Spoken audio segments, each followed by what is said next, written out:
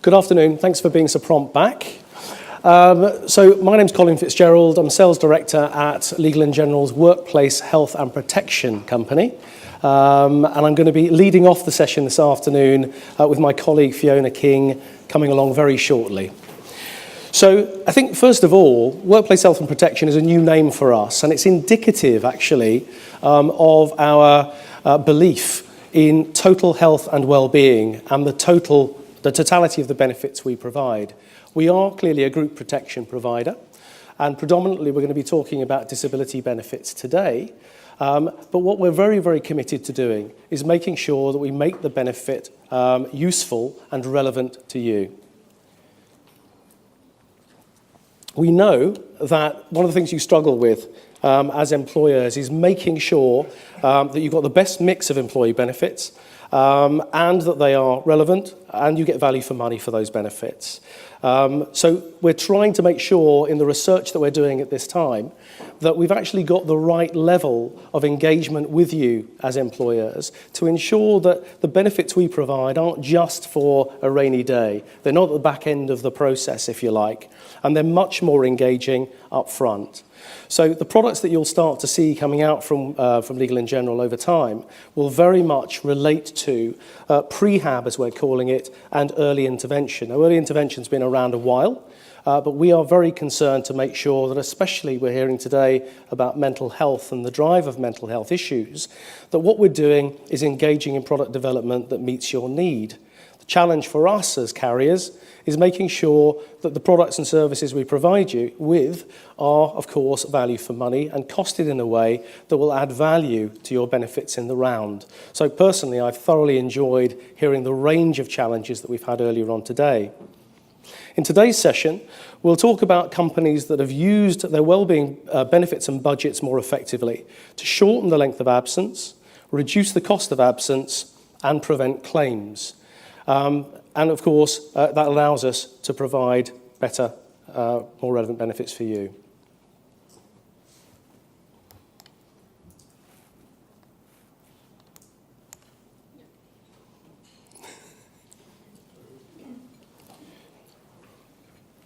So to kick off, a little bit of activity for you post-lunch, and hopefully you're not too woozy.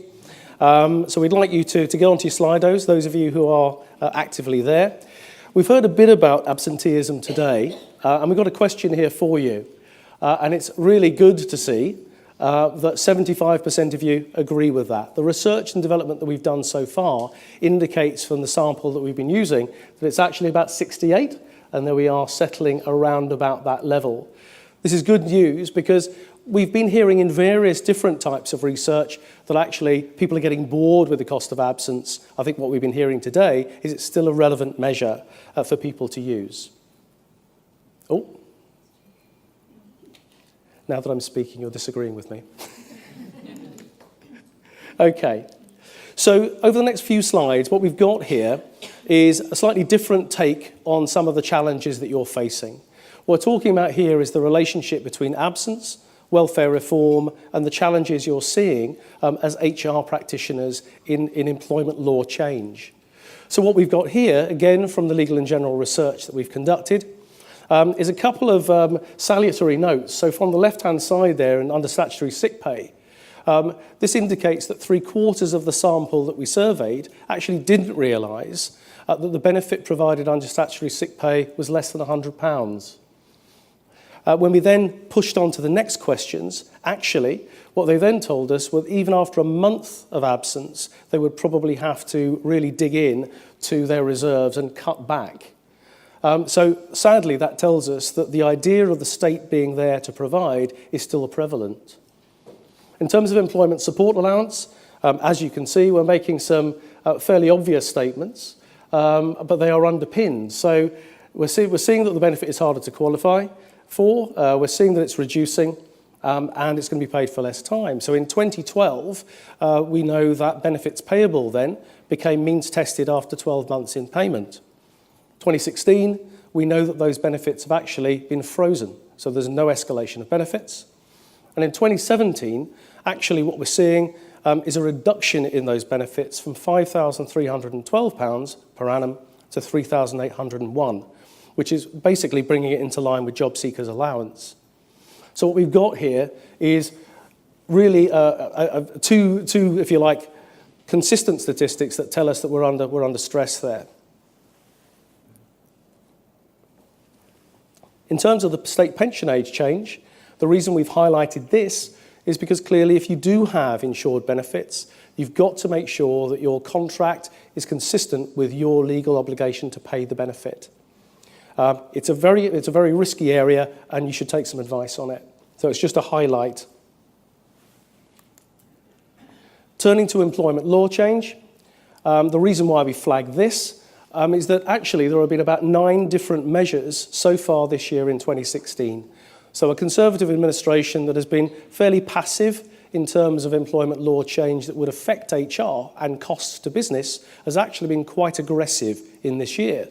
So just to pick on the top one, gender pay gap, you will know that from March this year, if you employ more than 250 people, you actually have to monitor and report on the pay differential between males and females. And David Cameron's administration has been very clear that they see that eroding and they find it unacceptable in the medium term. So there's a challenge there for you in terms of that on its own. There are others there on the list, but I think that's probably one of the main ones. In terms of the reference to wellbeing impacts, these really are the areas that we see you having to comply with. And obviously, the point in the corner is that actually costly mistakes are being made by very significant firms, both in gender and in age and disability discrimination. So all good, cheery news. This one is a legal and general stat. So this is about the fact that, as we started off in terms of the title of the session today, even though you may have wellness strategies in place, and they may be low level, they may be high level, they may be very engaging, what we are still seeing in our most recent claims notifications is a spread of claims across the workforce from the 30s to the 60s. So those are notified absences. And if we then consider how that affects sizes of organisations, this is what we're seeing now. So there's a disparity or a difference, if you like, divergence between the smaller company at 250 or slightly less than 250 and the larger organisations. And surprisingly, that larger organisations are still reporting a third more absences than the smaller companies.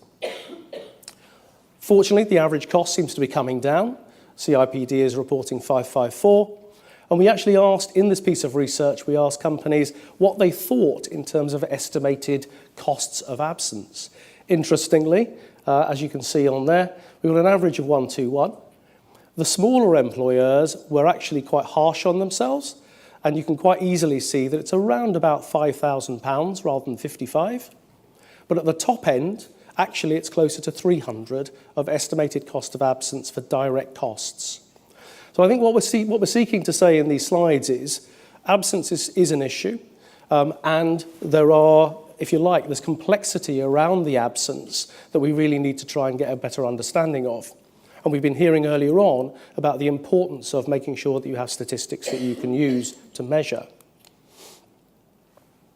So another little exercise for you, just the second one. We actually asked people whether they had been off for 4 weeks or more, or we asked to identify them.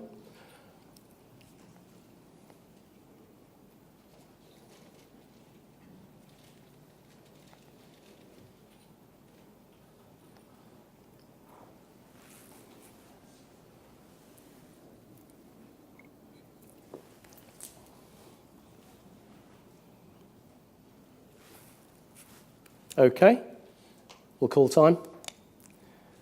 And actually, these are the answers. So 17% said that they'd been absent for 4 weeks or more, which I found quite staggering. And then an additional figure of 36% knew people, somebody who had been, which we thought actually for short to long term starts to become quite a concern. Hence our need and our desire to drive products and services that are going to really add value in that short term and actually, more importantly, before people go off. And I think that's what we've been hearing a lot of today. So final one for me. These figures actually come from Fit for Work, and Fit for Work, you may know, was launched by the government in December 2015.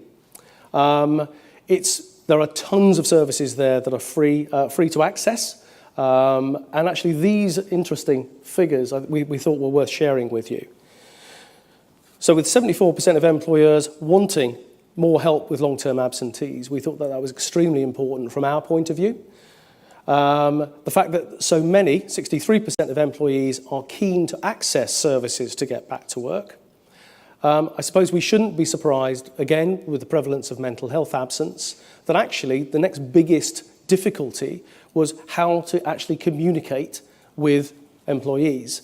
I'm sure you all struggle with this. I've certainly seen it in my own workplaces. But 61% of employers were worried about contacting sick employees, and 70% of employees didn't have any access to occupational health. So for us, as a provider of benefits and services, going back to the integration messages we heard this morning, which we are extremely in favour of, you wouldn't be surprised, there's some interesting lessons learned from that Fit for Work survey that we saw. So at this point, I'd like to hand over to my colleague Fiona. The key thing I would emphasise is that we are emphasising the idea of integration of benefits that you already have in place, and not having to spend more money until you've actually analysed and are using all of the benefits you have in the right way. And Fiona's going to touch on some of this as she talks about some of the positive outcomes that we've managed to achieve over recent months. Good afternoon, everyone. Thanks, Colin. So just a bit of my background. I'm actually head of rehabilitation at Legal & General. So unfortunately, my job is, and it's a great job, I shouldn't say even unfortunately, my job is when someone is absent from work, so we're actually talking about the tertiary stages that Dr. Litchfield spoke about this morning, is supporting them back into the workplace. So what we have to consider, and our job, I suppose, is interesting and challenging in both respects, because when we're trying to get positive outcomes for employers and employees, we have to consider a number of challenges, which I'm sure you can all relate to, and we've heard a lot about this morning, particularly around the culture of the organisation, the working environment, considering whether it's manual versus non-manual, whether it's a safety critical role, whether it's sedentary, whether the environment has elements of, do as many hours as you can. We have to consider all of that when we're looking at the outcomes, but also looking with yourselves about what existing health services you have in place already. So you might have EAP services, you might have occupational health, you might be using a Fit for Work service, you might have private health only for a certain percentage of your staff. And there's probably lots of other organisations you might be using as well in addition to these, but equally as well considering the individual who has become absent and is almost the heart of this. So what I'm going to do is just kind of talk about, I suppose, the practical side from where we have integrated and considered these outcomes with employers that we've worked for over the past few years. So mine is a bit of a storytelling, really, and I would say they are real life cases as well, and we've got some of their feedback about the experience they had. They are good case studies, absolutely, and one of the things that we have been good at over the past few years is getting individuals back to work, but we can't always get everyone back to work. So I'm going to talk through these, and you can give me your thoughts then afterwards what you thought. Okay, so the first one is an individual, a gentleman in his early 50s who had been a HGV lorry driver for 38 years with this particular employer. Now, the employer had access to an occupational health service and EAP services, and that was about 8. The individual didn't have any private health insurance, which is not uncommon. The individual had been away on holidays and had an episode relating to a coronary event. So basically he had an issue with his heart and he ended up being investigated, and thankfully for him it was all positive when he got back home. Well, it wasn't really actually, because when he got back home he then started having flashbacks, and the flashbacks then started to almost disabling him psychologically, so that he was developing symptoms of anxiety, headaches. He was actually becoming socially withdrawn, and more importantly, and which was probably more concerning, was he had stopped driving.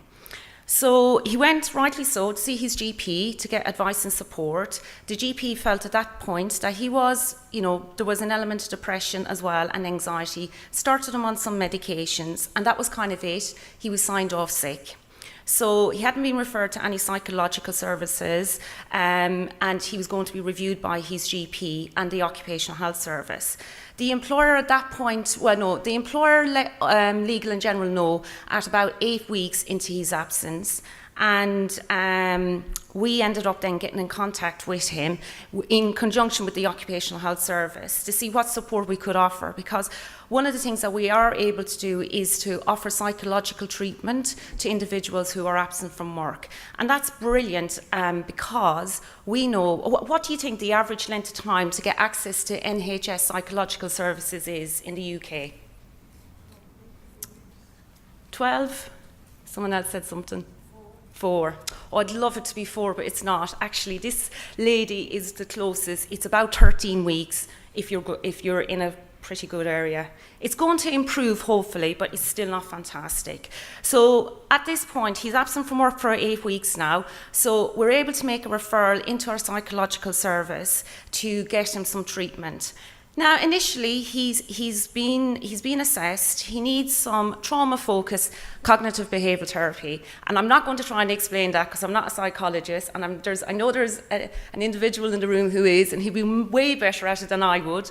But anyway, it's a form of psychological treatment to deal with trauma, because what we established during the assessment was this individual, as he had been working as a driver over the years, had actually seen quite a lot of significant accidents, and he just started having flashbacks as a result of his own recent kind of life event. So he started with the treatment and made progress. He was having treatment every week and that. Got to about 6 months, he still really wasn't driving a significant amount. He might drive up to the shops and back during the day, but that was about it, really. So at that point, rightly so, the employer has paid for a policy, his claim goes into payment. That's fine. So he has at least a bit of income support now. But actually, the individual at that point is being told as well by his GP, he's never going to drive again. Now, this is a man who has worked for an organisation for 38 years, and he actually wants to go back to work. And actually, we're now telling him his livelihood is gone. That is a huge impact on him. So anyway, he continued with the treatment. I will get to the end of the story. He has the treatment, and we get to about 12 sessions of psychological therapy, and it's like a therapist is saying, in conjunction with his employer, who's been keeping in regular contact with him, his GP that we're liaising with, ourselves, and himself, because we want to make sure he's part of the care package. We need to think about something else. It's not going that great. You want to drive, you want to get back to work, but we need to think about something differently. So at that point, then we switched treatment to another psychological therapy, which is EMDR. Again, I'm not going to explain all of that because it's quite an intensive therapy. It's something, again, on the NHS, you probably have to wait quite a long time for as well. And this is where then he starts to make progress. Slow at first, but he does make progress. So about 9 months into the absence, and he's been absent from work for 9 months, and I do believe the employer at this point is thinking he's never going to come back again, because research tells us after about 6 months being absent from work, it's unlikely you have a 50% chance of returning back to work. After a year, it's less than 20% chance. So we're kind of fighting against odds here, really. So anyway, he has his treatment, and actually he starts to make progress. He's driving more, and then we work with the employer to do the graded exposure back into the workplace. He does his training. The employer works with him around the training plan, and he starts actually driving his HGV again. So after about a year and a half, he's actually back in his normal hours and duties again. So I suppose the impact for him was, you're always probably sitting there and thinking, well, he was absent for work for over a year. That's a long time. But actually, he'd worked with the organisation for 38 years. The employer had invested in him, so he really wanted him back in the workplace.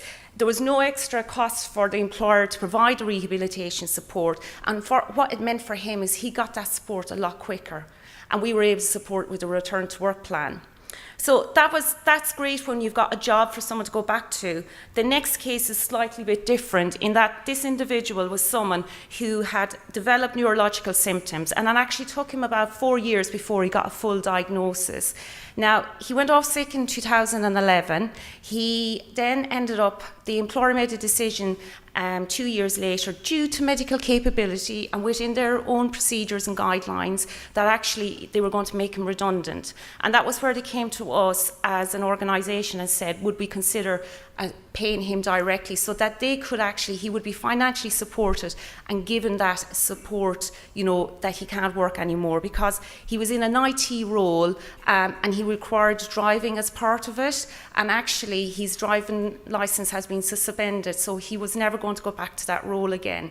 So from a rehabilitation perspective, the first few years we did very little with him because we weren't able to. He actually hadn't really received a diagnosis.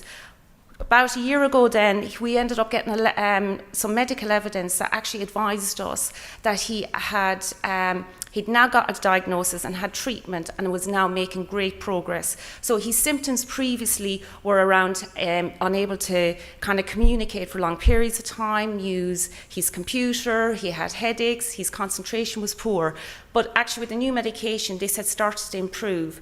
The individual was really keen to want to work again. That was, you know, he'd always worked. Again, he was motivated, and that always helps with rehabilitation.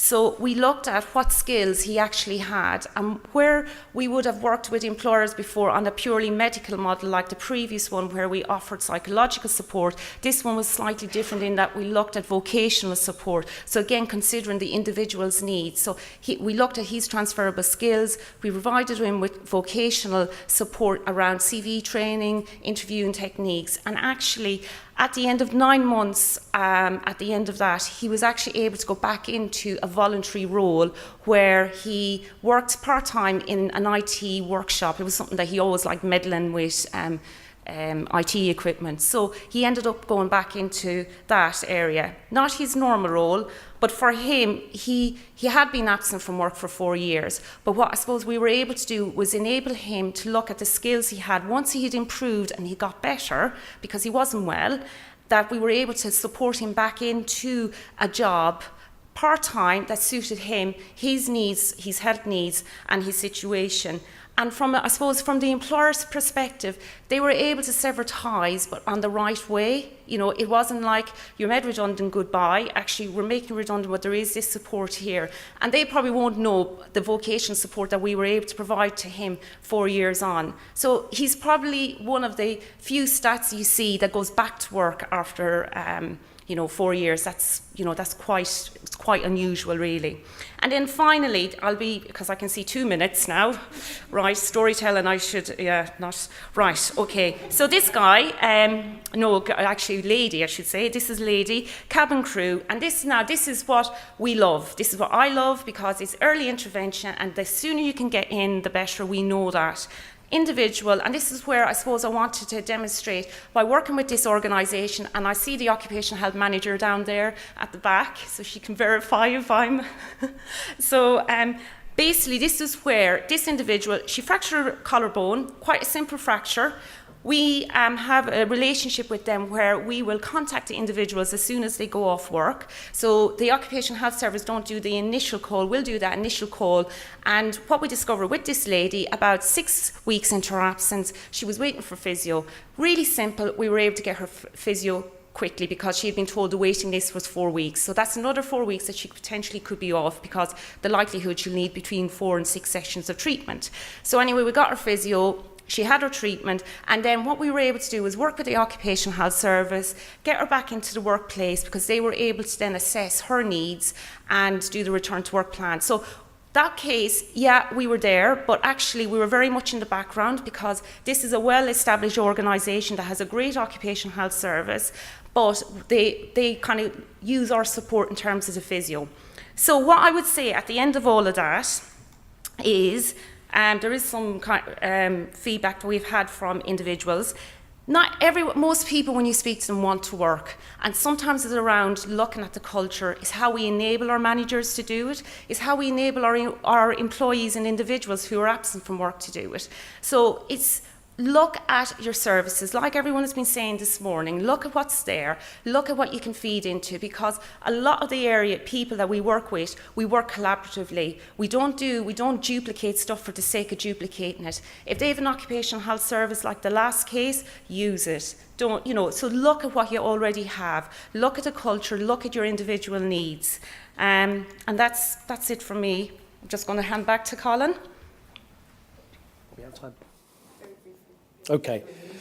Hopefully you found that beneficial, just to give you a little bit of a sense of the way the services work. I mentioned earlier on that the research we're doing also is really looking at prehab. So what we want to do is continue to work very collaboratively with you, and we've got a couple of bullet points up here about that.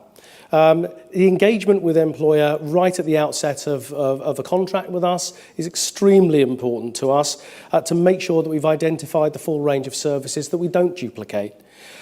We've talked about communication today a number of times, and I'm sure there's a whole session on it. To me, it is the most important piece of the puzzle that you're dealing with, because there are many, many ways to do it, and I don't think anybody's got it licked. Utilising all the appropriate benefits, we've mentioned that. For us, it's achieving a sustainable return to work, but where that's not possible, then it's making sure that we put that person back on their feet. It's about total health and about giving you peace of mind as you exit them from your business. You need to have control over this absentee at the end of the process. Thank you very much for your attention.